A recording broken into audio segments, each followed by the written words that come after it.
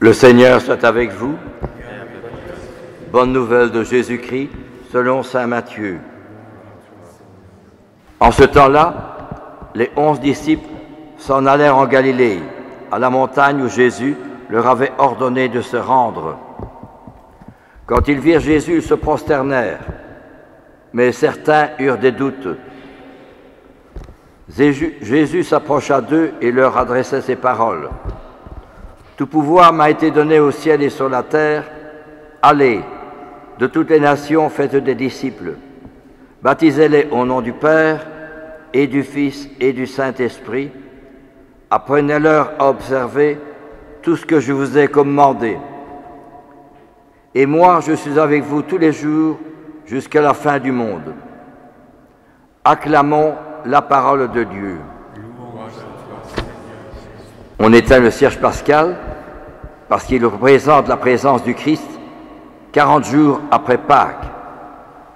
Et le jour de l'Ascension, on éteint le cierge pascal pour bien montrer que le Christ quitte ses apôtres, qu'il nous quitte aussi, mais il reste présent parmi nous. « Je suis avec vous tous les jours jusqu'à la fin du temps », dit Jésus.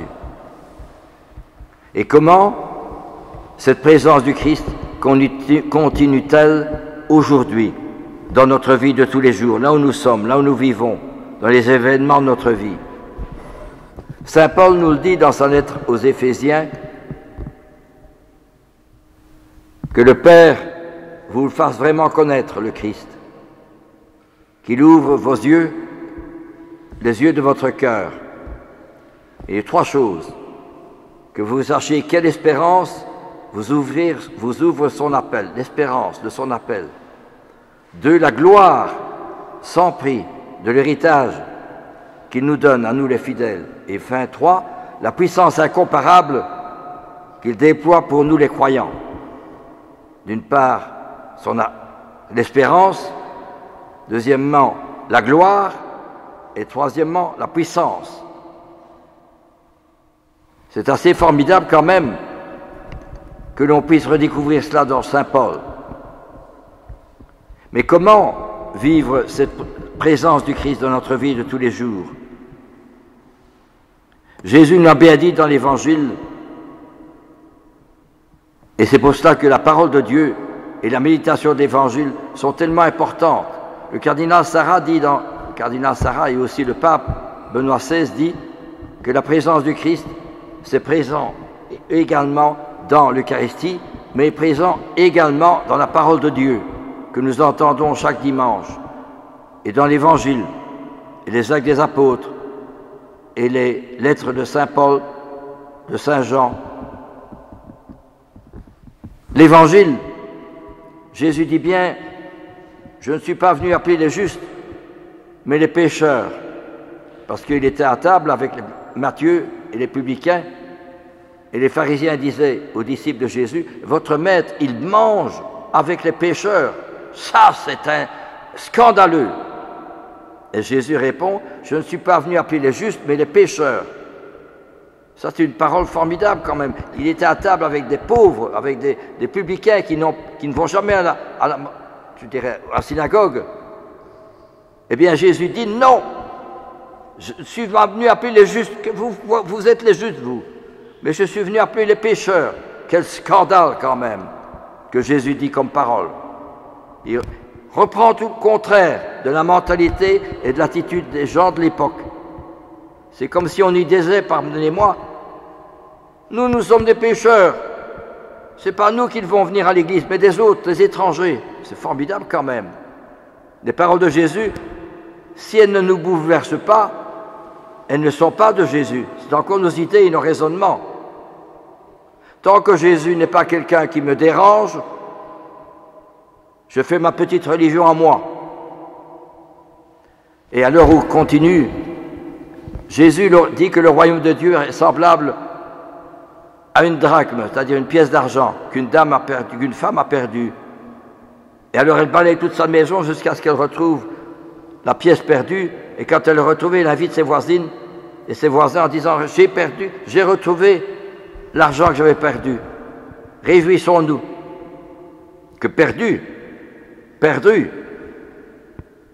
Alors Jésus dit bien aussi que le royaume de Dieu est semblable à une brebis qui s'est égarée, qui a quitté le bercail, qui a quitté la bergerie. Et que fait le pasteur, le berger? Il quitte les 99 autres qui sont dans la bergerie et il va à la recherche de la brebis perdue, par vaux et monts et veaux plutôt, et à travers des précipices. Il va la chercher. Et qu'est-ce que fait Jésus? Il ne la frappe pas, il nie pas, il n'injurie pas, il la prend sur ses épaules. Ça, c'est fort. Il la prend sur ses épaules. Dans l'iconographie des premiers chrétiens, on voit encore Jésus qui porte la brebis sur ses épaules. Eh bien, si loin que je sois, si je demande pardon, eh bien, Jésus me prend sur ses épaules. Ça, c'est formidable. Quelle espérance! C'est ce que dit saint Paul. Quelle espérance! Quelle gloire! Quelle puissance incomparable il vous donne! C'est formidable, ça. Alors, aussi, Jésus dit, il n'y a plus de joie dans le ciel pour un pécheur qui se repent que pour 99 justes qui n'ont pas besoin de repentance. Alors je me dis, ça c'est pour moi. Mais à la condition que je reconnaisse que je suis pécheur. Si je dis non, moi je suis bien, je suis quelqu'un de bien, je n'ai pas besoin de repentance, je n'ai pas besoin d'aller confesser. Et pourtant Jésus dit, il n'y a plus de joie pour un pécheur qui se repent. Pardon Seigneur, je suis pécheur, j'ai encore bien des choses à me reconnaître, et mes défauts, et mes travers, et mes péchés. Je demande pardon, Seigneur. Eh bien, il n'y a plus de joie dans le ciel pour un seul pécheur qui se convertit que pour 99 justes qui n'ont pas besoin de repentance. C'est une parole formidable quand même, qui dit aux pharisiens, aux docteurs de la loi, qui se croient les justes, les bien pensants et pour lesquels ils disent « nous avons droit au bon Dieu », tandis que eux, non. C'est formidable quand même. L'attitude de Jésus est tout à fait contraire à la pensée, à la mentalité de l'époque et à la mentalité peut-être d'aujourd'hui et peut-être de la mienne aussi. Et alors je continue, Jésus dit bien, je ne suis pas venu appeler les justes mais les pécheurs. Et puis alors il dit aussi, cette belle histoire de l'enfant prodigue qu'on devrait lire à genoux tellement c'est magnifique. L'enfant qui dit « Père, donne-moi la part d'héritage qui me revient ». Et le père partage. Et lui s'en va. Il va s'amuser dans les plaisirs, l'amusement, et l'argent, le confort, le matériel, tout ce qu'on peut penser, imaginer. Puis à un moment donné, il est dans la disette, parce que le pays dans lequel il est, il y a des ennuis, des difficultés, une grande disette, une grande pauvreté. Alors il se dit, il rentre en lui-même, mais j'étais chez mon père, j'étais bien quand même, hein. Alors, il retourne chez son père. Et quand son père le voit, il lui dit, il n'injurie pas, il n'invective pas de toutes les condamnations. Qu'est-ce que tu as fait? C'est pas bien. Non! Le père court vers son fils, il l'embrasse et il le couvre de baisers, dit l'Évangile. C'est extraordinaire quand même. Alors le fils aîné, lui qui est toujours resté fidèle au père, qui n'a jamais commis de bêtises, il en veut son père, il se fâche. Moi aussi, je me fâche. Quand il y a ceci ou ça qui ne va pas, je me fâche. Il invective son père. Il y a tant d'années que je sers avec toi et tu ne m'as jamais tué le veau gras pour fêter avec mes amis. Alors que je suis resté fidèle avec toi. Tandis que ton fils, là, il s'est amusé pendant des années et toi, tu le reprends et tu lui mets la première place et tu tues le veau gras pour toi. Il a raison, le fils aîné. Mais il n'a rien compris au cœur de son père. Il n'est pas devenu humble. Il n'a pas reconnu que lui était pécheur. Et il faut vraiment être tombé bien bas pour se rendre compte que je suis pécheur. Mais parce que je suis pécheur, Dieu vient me toucher mon cœur, vient me combler de sa miséricorde. Voyez-vous, et de même chose quand on amène à Jésus une femme adultère.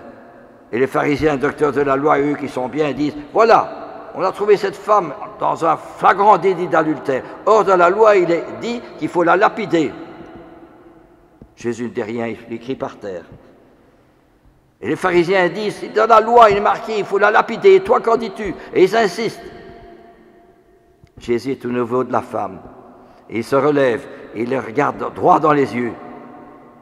que celui d'entre vous qui n'a jamais péché lui jette la première pierre. Et puis Jésus se rabaisse, il se met au niveau de la femme pécheresse. Au niveau de la femme pécheresse. Ça, c'est formidable. Et puis Jésus, les aînés, ils s'en vont l'un après l'autre, en commençant par les plus âgés. Puis Jésus se redresse et dit à la femme, « Personne ne t'a condamné? Personne, Seigneur. Moi non plus, je ne te condamne pas. Va et désormais ne pêche plus. » Reconnaître mon péché, alors le Seigneur va me combler de sa miséricorde, de son amour, de sa sainteté, de sa lumière. Beaucoup plus que toutes les richesses, tous les biens de consommation dans une grande surface. Il me comble mon cœur et je suis comblé d'amour. Pensez à Charles de Foucault dans vraiment une hutte presque, quelque chose de très pauvre. Il est au comble du bonheur, alors qu'il était une famille très riche, c'était des châteaux. Il a dans sa petite maisonnette vraiment vraiment très pauvre. Il est au comble du bonheur. Le bonheur n'est pas avoir, ni savoir, ni pouvoir. Le bonheur, c'est être. Ça, c'est formidable. Pardonnez-moi de parler avec conviction. Mais alors, voyez-vous, il y a deux choses.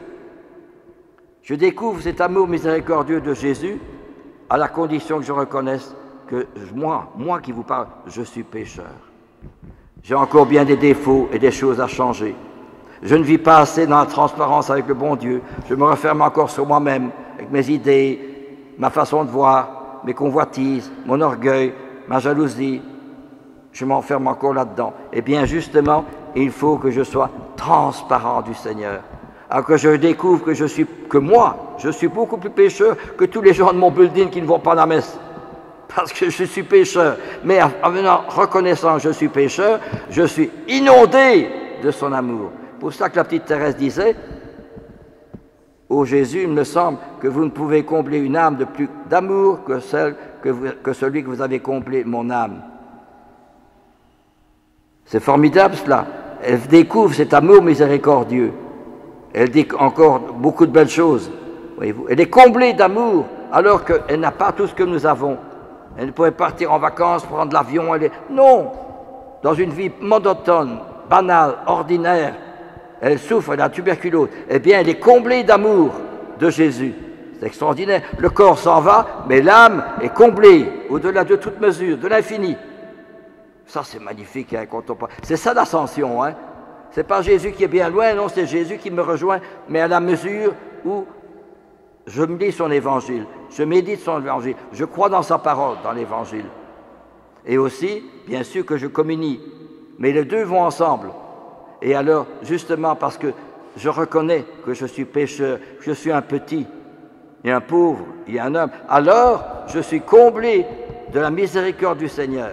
Et la petite Thérèse disait, plus je découvre que je suis petit, pauvre, pécheur, plus je fais l'expérience de son amour miséricordieux. C'est extraordinaire.